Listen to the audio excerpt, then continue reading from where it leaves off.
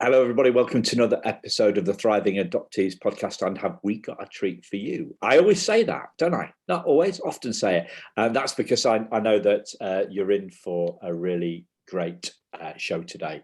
Annalisa, welcome to the show. Looking forward to chatting with you. Thank you for having me on.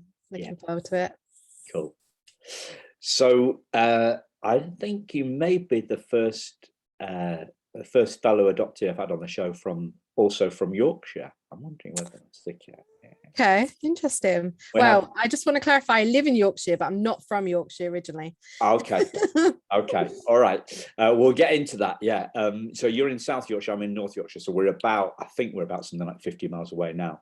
So where did you live before, Annalisa? So I grew up in Milton Keynes. I was born in London, grew up in Milton Keynes, but I moved to sort of up north when I was 18 for studies, and then kind of stayed and then moved to Sheffield. So I've been in Sheffield, well, up north for probably for about 17 years now in total. So in Sheffield, I've been here 14. So it feels like it's my home. Yeah. That isn't a Sheffield accent. No. For our listeners overseas. So can you tell us a little bit more about your adoption story, please, Annalisa?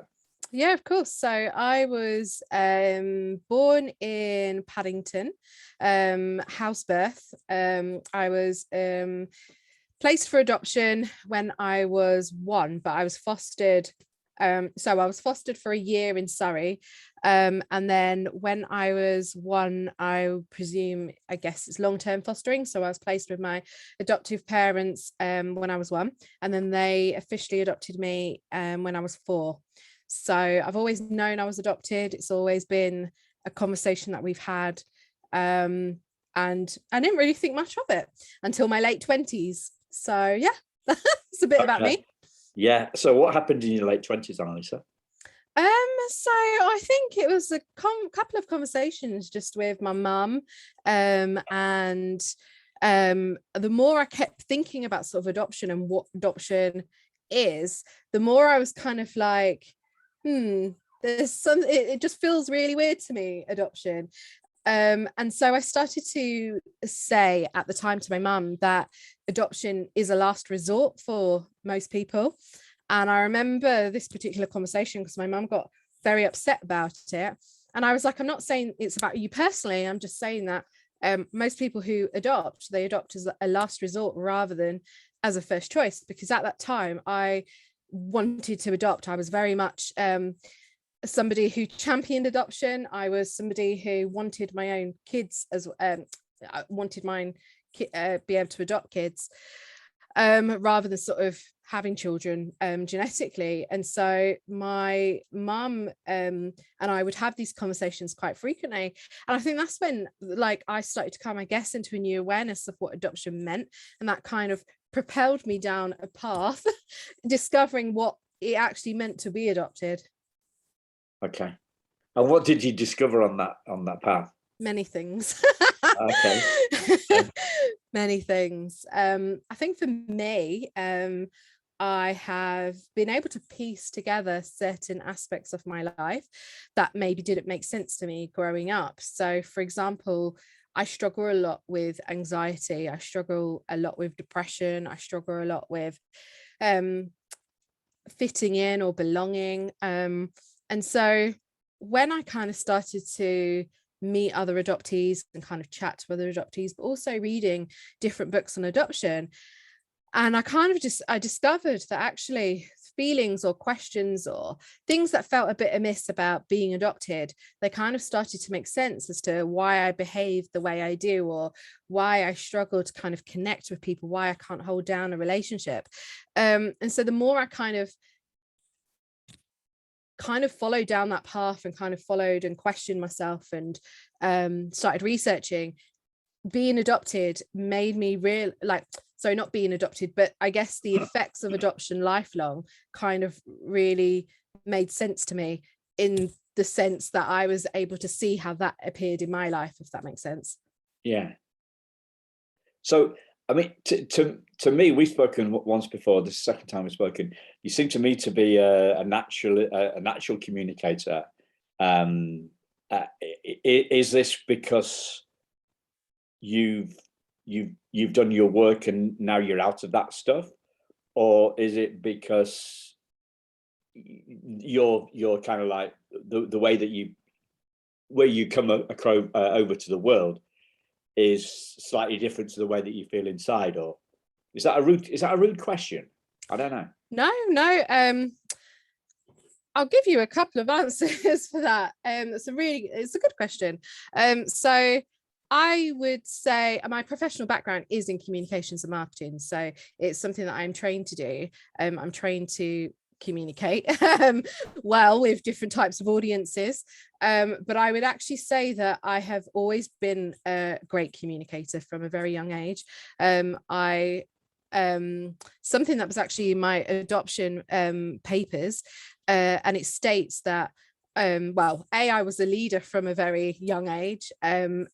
It took me a while to start talking, but once I started talking, that was it. I was off. But my adoption papers, and I don't have them to hand, as I would quote you, but it pretty much says everything about me as what I am right now, which for me, I think is incredible, because it's like everything, like in terms of sort of being a leader or being a speaker, that's all in my adoption papers. And so I think that's really interesting when you look at kind of genetics or or how somebody's kind of been raised, I guess. But I read something not that long ago from another adoptee who spoke about how sometimes we have to kind of be resilient, or we have to kind of be a great communicator in some sense, because it's almost like we're having to stand up for ourselves now. So it's almost like we're forced into kind of being able to speak about our experience or being able to speak about our lives. And I think both is true for me. So I am naturally a good communicator, but at the same time, I think there is an element of having to advocate for yourself as well. Yeah. I guess I would think I was putting the two things, I was putting two things together, right? So I was putting some more tricky stuff, like you said, anxiety and depression and belonging, and the natural bubbliness and ability to connect that I've seen in you, and I'm putting those two together, and there's a slight mismatch for me, and I'm wondering. Oh, I see. Right, I get what you mean. Right, okay. So I guess to take you back, I mean, I've always been a bubbly person, so that that's not changed. Always been bubbly. So when I went into severe depression when I was 19, and that was due to my adoptive family, sort of a bit of a breakdown that happened in my family. And so I was at university, and I felt quite alone, and I just graduated. I was living in a town just near from where I studied, and I literally had nobody in my life, and I had no one. There was no one to talk to. I didn't have any family around me, and so I became more and more kind of I was just depressed. I had literally no security net. And the only person I had was one of my close friends who we studied together. And so I used to kind of, in the evenings after work, I'd go around to his house and we'd just sit there. We were both very depressed because we were both just, both of us had just graduated, trying to figure out what we wanted to do in life. We were 21, and so there was we had a really beautiful connection because we weren't actually friends at university. It just so happened that both of us sort of ended up staying in the same town, and we became close friends there. But I during that point was my lowest point, and so I tried to end my life. I stepped in front of a car, was literally kind of quite numb. And my friend Luke, he won't mind me mentioning him, but he pulled me back and literally saved my life that day. And I was in depression for about 10 years, severe depression for 10 years. And I had a therapist after that incident, and she told me to journal. So she was like, journal all your thoughts down onto a piece of paper, get all your kind of everything that you're feeling, get it out there. So I did that. And over kind of a period of time, she worked with me, and then I ended up eventually writing those thoughts and creating a ebook on Amazon. So I self-published an ebook, which was basically my life being depressed I wouldn't recommend anyone download it. I'm trying to work out how to take it off Amazon now, because it's just mortifying when I've read it previously and I'm like, oh my gosh, this writing's bad. Why is it on Amazon? But that really kind of categorized my journey with depression. And so I published that when I was 23. And then it was only really in 2016 that I would say kind of came out of this really depressive episode, and that was due to the Sheffield 2016 Black Lives Matter protest. I happened to be one of the organisers, and it kind of forced me out of living for something that was kind of just for myself. Like, there felt like there was a bigger issue at hand, and seeing sort of Black people be murdered on camera, and kind of everything that happened with that, with the 2016 protests, it was an experience that I just felt that people needed help. And I kind of happened to, I don't know, I happened to get involved with the protest, and that kind of is what switched everything on for me. And I say that because it is. And so after that, I then created a not-for-profit organisation called RML, which looks at cultural heritage, Black history, identity. And from that minute on, I haven't stopped like working. And so that has like working on kind of things outside of myself and having kind of a purpose for living, because prior to that I didn't feel like I had a purpose for living. I was going to work, coming home, sleeping, like it was just, my life was horrible.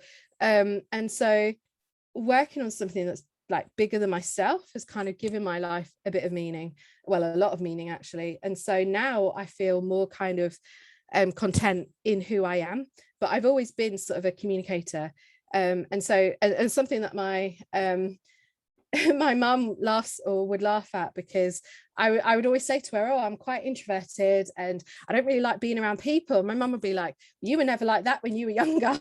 And it's like, I am an introvert. Like I am an introvert, and people get a bit kind of confused by that, because they see me and they see, oh, you're bubbly, you're out there, you're doing this, that, the other. But I'm a massive introvert. I love nothing better than being on my own. And for example, I'm still working from home. I don't want to go back to the office because I like being on my own. So I think, yeah, there can be a bit of a mismatch, I guess, if you were to kind of look at me on the surface and see one hand, you know, somebody who's speaking out there, but then also kind of, yeah, I do struggle with depression, always have done. Have you seen a model by a guy called Robert Dilts? No, I don't think I have. No. It's a bit like the Maslow's hierarchy of needs, but purpose is right at the top. And then purpose and consciousness is right at the top. And you know, one of my mentors talks about going from the me to the we. Yeah. So the me is the little just us on our own. So, you know, like you talking about being more withdrawn. When you were when you were going through that depression, you were withdrawing and you were quieter. You had the solace of this buddy, but otherwise it was alone. And then so the me is just focusing on us, and the we is focusing on something bigger than us. So both things kind of resonate. You know, those are things that come to my mind as you express those. So did the therapist join some dots with adoption on the depression stuff? No, so this is going back to it would have been 2000 and, well, however old I was when I was 23, whatever year that was, 2011, 2010, yeah, about that time. And at that point, I didn't realize that adoption had affected me. So it's only when I was 29 that it kind of all clicked into place. But at that point, I didn't think adoption affected me. And so it wasn't something that I spoke about. I only really started talking about being adopted in 2019, so only a couple of years ago. But at that point, when I went to the therapist, adoption didn't play a part in it. It wasn't something that I considered an issue. For me, I considered myself, well, looking back on it, I guess I would consider myself a happy adoptee, in the sense that I knew my birth story. I knew I was adopted. And so adoption and those thoughts, it didn't occur to me that actually a lot of this could stem from being adopted. Yeah. Well, I mean, some of that mirrors my own stuff. And I find the trickiest stuff on this is that, for me, right, this is just my appearance, my experience, is that it becomes a self-fulfilling prophecy. So I'm quite a sensitive guy, and I take stuff in. I take stuff to heart, and I was brought up very honest, so I tend to believe stuff. I'm a bit naive, if you like, in that way. So like I didn't think that I was wounded till I read The Primal Wound, and for me that took me down, and then realized that I wasn't, because my take is that I think that the human spirit is fundamentally unwoundable. I think that's kind of my take on it. That lifted me right up. So we seem to do a lot of pinning of stuff on adoption, when it happened. And this is one thing that I'm actively exploring internally at the moment and in conversations with people. So if our lives have been up and down, they've varied. And if the adoption is something that happened in the past, it's a fixed event. So how can a fixed event in the past be responsible for a life that has gone up and down? Surely there's something else at play here. So I guess for me, I would say that a lot of that is pre-verbal trauma. For example, you mentioned The Primal Wound. I picked up the copy of The Primal Wound and connected with it incredibly. Like, I was in tears for days, but I read it, and for me, a lot of the words that was written and what was being spoken about, it felt so validating, because I was able to point back throughout my entire life instances where I felt things and not been able to word or articulate what I felt, and not had anybody around me to validate those feelings. So constantly being told that being adopted hasn't affected me. Like, I wasn't allowed really to talk about being adopted. So even though I knew I was adopted, I had an incident when I was in year 3 where the boys took the mickey at me for being adopted, called it the lurgies. I went home and cried, and my mum told me, never tell anybody you're adopted again. And she did it in a kind of a way to protect me. But obviously I took that to heart, and I never told anybody I was adopted at all. Only when I went to uni, maybe I told a couple of close friends, but up until 2019, I didn't tell anybody. And then in 2019, I took part in an interview for the Metro newspaper on being mixed race and adopted. And I had my first school friend message me going, I didn't know you were adopted. And I was like, yeah. And she didn't believe me. And so for me, reading The Primal Wound was so validating. And I actually sent a picture of it to my mum, and I said, you should read this. This will explain why both me and my sister, who's also adopted different biological families, this will explain why we behave the way we behave. And I think that I do think there is a lot to say for the developmental trauma that is at place. Like, for me, I'm very, very I guess insistent that the primal wound, the separation from mother to child, is massive and can have massive effects lifelong. And so when we look at developmental trauma, which is a term used to describe loss and or a repeated trauma that happens in a child's key relationships through every aspect of their life, or early stages, for example, I think that has a massive kind of foot to play in kind of repeated events throughout our life. So for example, when I talk about anxiety, and I've been anxious my whole life. There's not one minute where I can't point out I'm not anxious. And when I think back and trace it right back, I mean, I trace that back to the mother wound, for that period where I was separated from my birth mother. And so for me, I do think there is a lot to play, or a lot at stake. So even when I say that, you know, for me at that point when I was 23 and suffering depression, I didn't know that being adopted affected me, or these things were what affected me. I can clearly see that now. And so I would say that adoption has affected me, even when I was unaware that it affected me.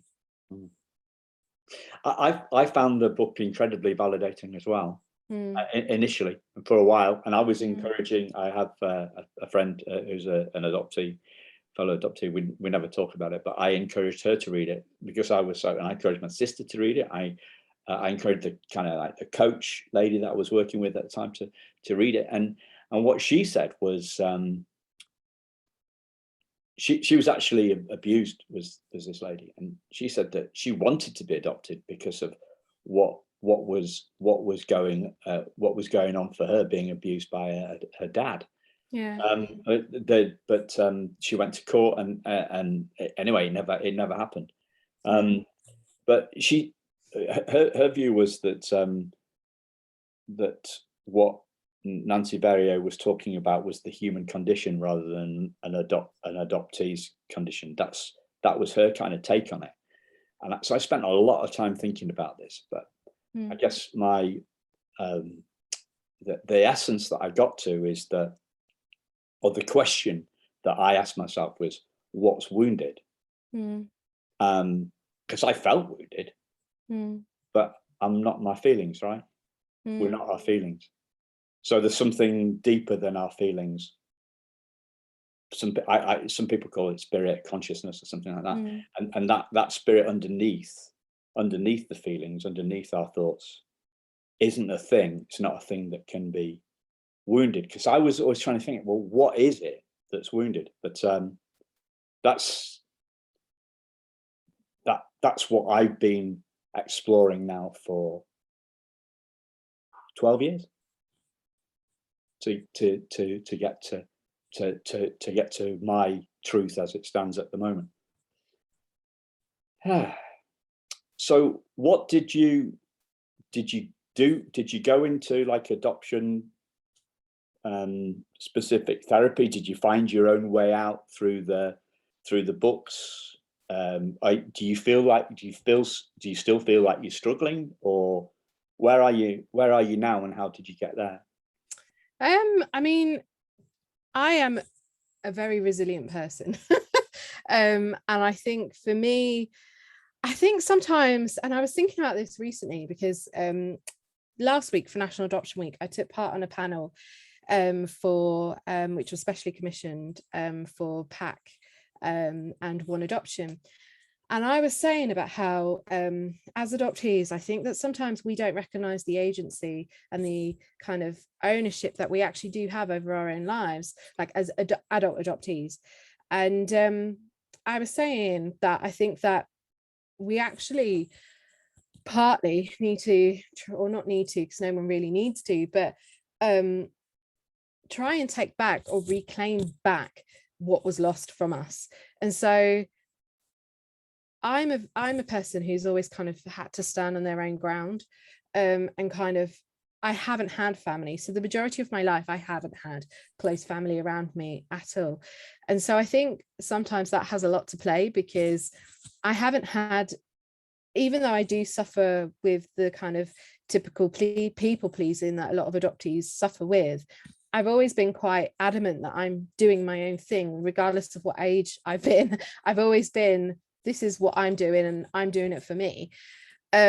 Even though there are definitely people pleasing attributes inside of me. And so I think for me, where I'm at the moment is having kind of discussions with other adoptees, meeting other adoptees. I've interviewed quite a few adoptees recently, and kind of doing self-research for me, I am understanding more about who I am because of the conversations that I'm having with other people, and realizing that my experiences as an adoptee, yes, they might be slightly different, but at the same time, there are similar traits that run through all our stories. And so one thing that really kind of made clear to me that I have suffered trauma. And so whether or not we want to recognize adoption being trauma or not, I know from my story, I have suffered trauma in many different ways, in many different forms. And I 100% believe that trauma is stored in the body, and that our bodies remember even if our minds don't. And so I have had to kind of work a lot on my inner self in recognizing maybe moments when I'm triggered, or moments when something is kind of induced by anxiety and that's not actually me at my core. And kind of, I guess, learning to live a life that is about me and centers me. I think for most of my life, again, my life has kind of revolved around other people's feelings, the feelings of my sister, for example, the feelings of my parents, the feelings of everybody but myself. And where I'm at now is a sense of freedom. And I think that has come from a lot of many different sources, but I think potentially because I'm kind of now understanding a lot more about who I am as a person. Who is Annalisa at her core? Who is she? Not what her parents expect her to be, but who is she as she, or not even like what my parents expect me to be. Who is Annalisa on her own without what the world expects Annalisa to be? Because there's an impression of me that people expect is me, but that's not me. And so I think where I'm at is just that complete sense of peace and contentment. So even though there are still things that I am kind of dealing with and struggling with, I'm learning about myself in that sense. I don't have a therapist. I'm really lucky. I've actually just won a grant in order to pay for a clinical psychologist, which, you know, I'm super, super grateful for. And it's something that I need. My mum died recently. And so again, that has impacted me massively. But the weirdest thing about my mum dying is the sense of freedom that I've got from that. And that sounds horrible. And obviously I don't think I've said this publicly, actually, but like, sometimes I think, and this is a common thread that I've realized with lots of adoptees, is that when our parents are alive, we struggle with being able to really be honest about our feelings on adoption.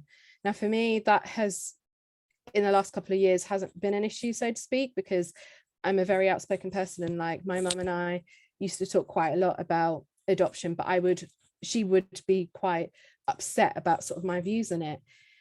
And then when she died, that in itself is its own kind of story, because you're having to navigate sort of death as an adoptee, which is like, I believe it's massively kind of doubly impacted and very layered.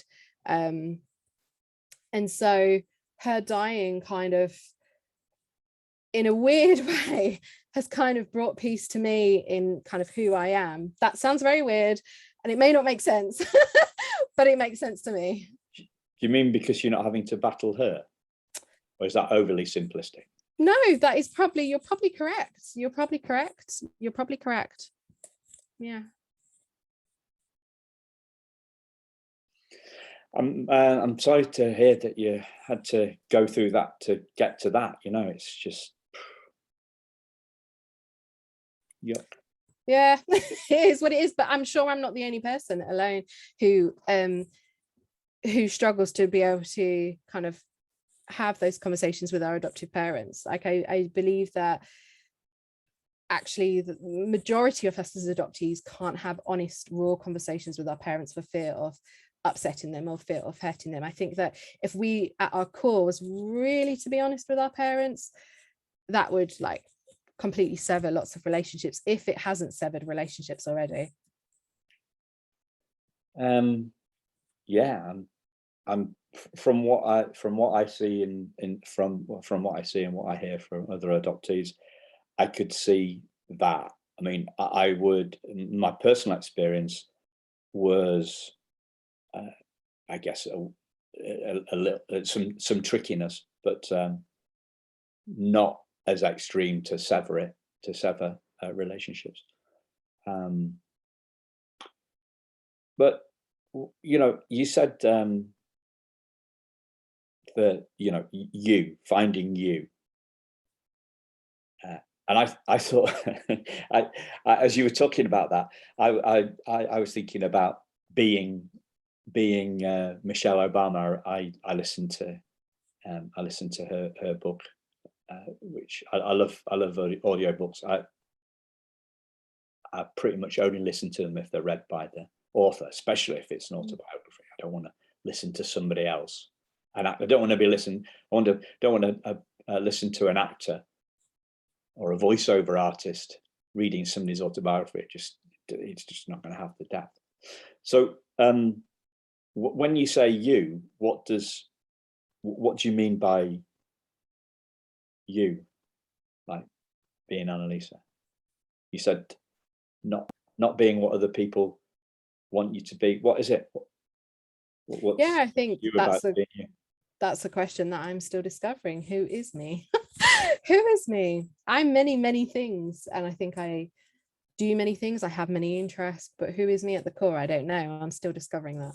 Yeah. Who do you think we are? Not me and you. I mean, like, I do have a thing that pops into my head on this. I mention it. About, there's some French guy says we're spiritual beings having a human experience. Yes, I've heard that before. Who says that? That's a very well-known quote. He's a French guy,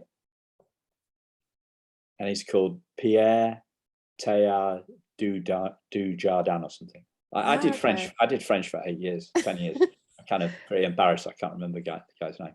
I only got a D at A level in French. There wasn't much French, not much spoken French in my school, in any British school, I don't think. So yeah, spiritual being having a human experience. So that's who we are in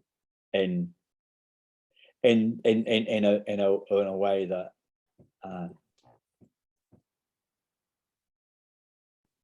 I think it's as you say, a lot of people use it. It's a great quote to sum up, in my opinion, who we are.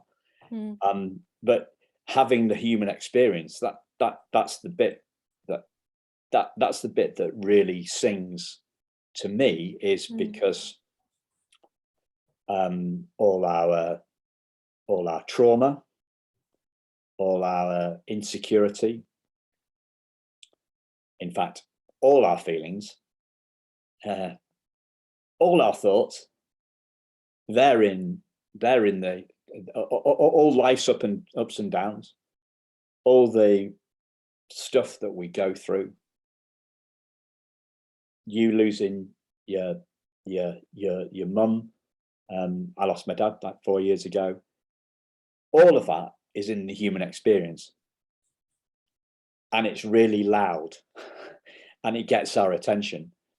And then you've got like the spiritual being, so we talk about the line that goes before is, we're not human beings having a spiritual experience, right? But we're told we're human beings. We believe that we're human beings. He flips it around, and I'm with him on that, right? Spiritual being, we are spirit. We are, some people call it spirit. Some people might call it life force. Some people might call it chi. There's all sorts of other Eastern things that are used.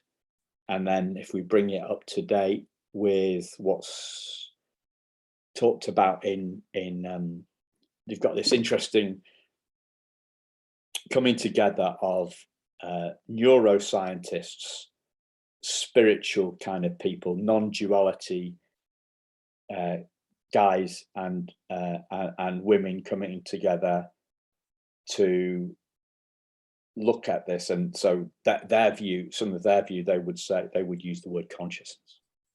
or awareness, and that's who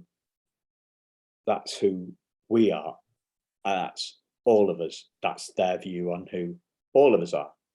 So we're looking like people say, I'm getting in my own way. That's a word we hear a lot at the moment. I'm getting in my own way, right? So for me, this is like, well, how is that even possible, right? So how could I get in my own way? Unless I'm two bodies, I can't actually jump in front of myself and get in my own way. What's getting in my way is a thought or a feeling. Yeah.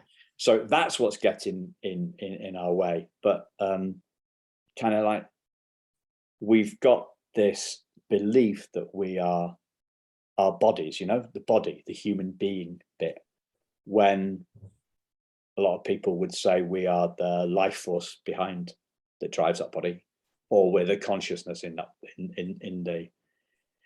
which that body appears. We're identified with our body, when really we're the universe in which that kind of stuff is. So that's the stuff that fascinates me, and that's the bit that, because that spirit it's not a thing. It's not no thing, but it's not a thing, and it's not a thing because it's not a thing. It's not a thing that can be wounded. It can't be damaged. It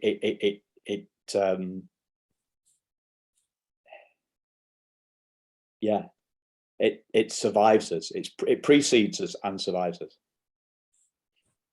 Yeah, I hear your point there. I would beg to disagree, because to me that sounds like gaslighting, if I'm honest with you. It sounds that, oh wow, I do, because I think that if we're saying that the wound, people do experience real kind of trauma, right? And if we're kind of saying that what you're describing as our consciousness can't be kind of hurt or broken or gone through kind of a wound, then yeah, I do think it is kind of simplifying people's experiences of trauma. Okay. I'm sorry, I didn't mean to no, you haven't. offensive. No, you haven't at all. But I just think that in kind of, it does feel almost like invalidating an experience there, because, for example, I do definitely believe that we are people who come from spirit. I do believe that. But at the same time, I'm also very aware that I've suffered deep trauma on many, many levels. And so hearing you say that is kind of a bit like, oh, okay. Yeah. Like, that is the human experience, and my human experience too has been traumatic. I'm clearly, well, not clearly. I haven't said, so kind of you wouldn't know, and the listeners wouldn't know. I've been through quite a lot of shit, business related shit, which some people, it was pretty traumatic for me. I've been through some traumatic stuff with the adoption stuff, but I've not had depression, but that is the human experience has been traumatic for me. I'm not trying to say that it hasn't, and I'm not trying to say that it hasn't been more traumatic for more people. What I guess what I'm saying is that all that underneath all that we've been through, my view, right? Just my view is that, and my experience, underneath all that poop that we've been through, is the diamond, or the priceless spirit that we are, or to use another analogy, you talked about resilience a lot of on a number of occasions in the call. So hidden in amongst all the stuff that we've been through is our rubber ball, that who we truly are, and that's what bounces back. Does that Yeah, no, it makes sense. I just think Does that still sound like gaslighting? Sorry, does that still sound like gaslighting? I feel like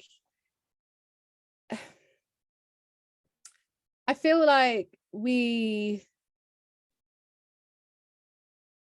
have to recognize that trauma is trauma, and that I understand what you are describing, and in that sense, potentially the actual consciousness is not wounded, but I beg to disagree, because I do believe that actually your consciousness has a massive impact on your human experience, and that the two kind of, like you use in your words, the two bounce off each other. So I do believe that we, by kind of reducing the consciousness, we're actually doing a massive discredit, because that has a massive part to play. So for example, when we speak about preverbal trauma, and when we speak about sort of the separation from mother to child, by what you're saying, you would then be arguing, I presume, that there isn't a mother wound, because you're in effect kind of denying preverbal trauma by that example. No, I'm not denying it at all. I'm not expressing it very clearly. It's all right. I just think that I do think there is a lot to say to there's you know, a lot trauma affects a lot, and the consciousness and your human experience bounce off one another. They interplay and they interlock. It's part of an experience. And I think as adoptees, we straddle a lot of lines of duality as well. Do you know what I mean? Like, I think the duality in adoption is a lot, and impacts us. Yeah, for sure. How do you see that? Well, for example, when we think about sort of our adoptive families and our birth families, like, we're always going between the two, potentially. We're like, on the one hand, I could talk about my experience as adoptee and be like, I had a great experience materialistically, but then I could, on the other hand, be saying, well, actually, I didn't have a great experience because I didn't receive what I feel I should have received emotionally. Do you know what I mean? So I think we're always playing kind of different lines of duality, in kind of very different, or many different kind of scenarios or situations. Yeah, for sure. What's, I mean, we haven't really talked about much on the birth family stuff, or Adoptee Futures yet, because you've got you set up Adoptee Futures. So would you like to talk about that stuff? What would be good for you? Yeah, of course. Yeah, I can do. So yeah, I set up Adoptee Futures February 2000 this year. And this year feels very long. And that is an organisation. So Adoptee Futures is the first UK organisation that is created by adopted people and aimed at everybody involved in adoption, but with adoptees at the centre. And so Shania Ives, who is my co-founder, we both met on Clubhouse, which is a social audio networking app. So it was in the second lockdown. I think we started speaking months before on Adoptee Twitter. But we met on Clubhouse, and in Clubhouse there's like all these different kind of rooms that you can go into and have different discussions about many different topics. There are a few adoptee rooms, and myself and Shania found each other in those rooms. We were the only UK adoptees. Yeah. And so we, from kind of listening to other people's experiences, me and her swapped telephone numbers, I think, and then that's kind of where the conversation started. We were like, you know, there isn't any support really for adult adoptees in the UK. What can we do about it? How can we reframe and look at the adoption narrative? So that's kind of how we created Adoptee Futures. So Adoptee Futures aims at helping create a better future for adoption by reclaiming the narrative, reframing the world's view on adoption, and helping adoptees to heal through their trauma. so we provide sort of various different workshops, training, support groups, which will hopefully be happening soon, coaching, and yeah, we've spoken on quite a few panels, especially as last week was National Adoption Week. Yeah. I think it's great that you're doing that. I mean, I've been in that Clubhouse thing as well, and the adoptee groups, also adoptee chats, the adoptee rooms. It's not a chat room. It's actually, it's like a, as you say, it's an audio app where you, yeah, they are mainly American. I'm wondering, somebody, I got a letter through from somebody at Ofsted talking about my stuff and saying, are you doing this and are you doing that and stuff, because it's regulated. Have you come across that stuff? Have you? What type of stuff is regulated? Adoption support. Oh yeah, so in terms of counselling, for example, so you can't offer counselling, obviously, if you're not counselor.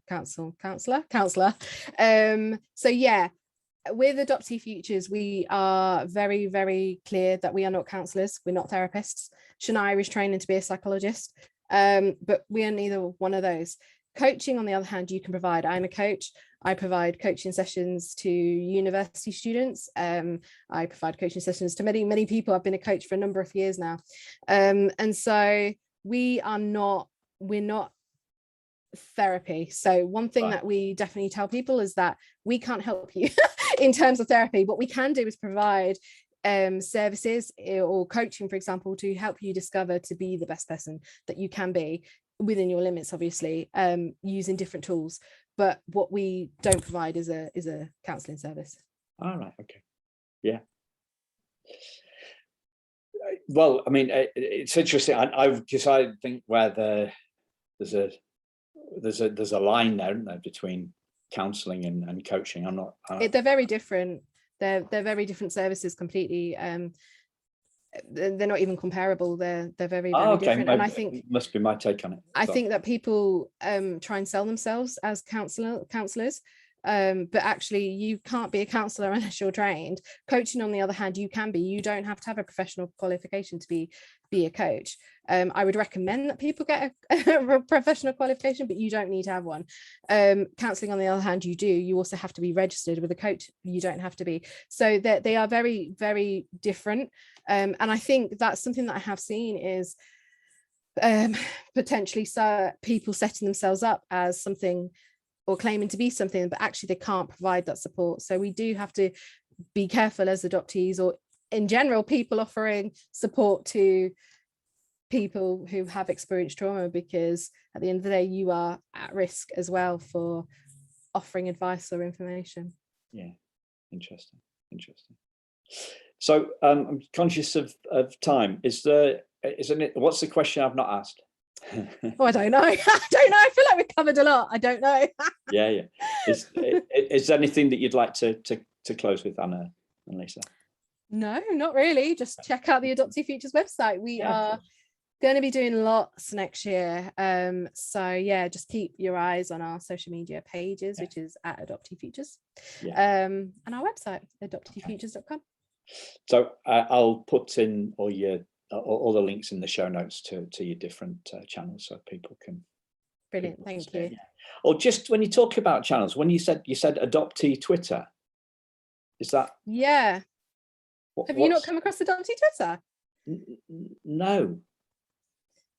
I guess it's Adoptee Twitter is all of us. So so obviously there is the hashtags, which are Adoptee Voices, Adoptee Stories, Adoptee Twitter, but Adoptee Twitter is all of us who are adoptees. So there are, I mean, I've been a part of Adoptee Twitter for probably 3 years now, and some adoptees come and go, some people stay. It's really interesting, the different voices that you see on Twitter and the conversations that are happening. Sometimes it can be very draining. So for example, obviously last week was National Adoption Week, so that takes its toll on a lot of people, and coming up in November is National Adoption Month. So yeah, Adoptee Twitter is a beautiful experience. It's where I kind of learned more about who I was and met other adoptees who I hadn't really been around many adoptees. And even though it's a online experience, it's an experience that's really helped validate who I am as Annalisa. Yeah. So is it one profile, or is it a group that gets together? No, it's just a community of people. But is it where do I mean, do you, you are, I guess, part of it, because you are on Twitter and you're an adoptee and you talk about right, adopting. okay, it's not a specific adoption. it's not a specific place. Yeah, that's what, sorry, I'm but there are hashtags, so the hashtag adoptee Twitter, or Adoptee Voices, or Adoptee Stories. Right. Actually, this is what my PhD is on. So I'm just about, fingers crossed. I'm talking like I've got into doing a PhD program. I've not yet. I've applied and I'm still waiting to find out if I've got in.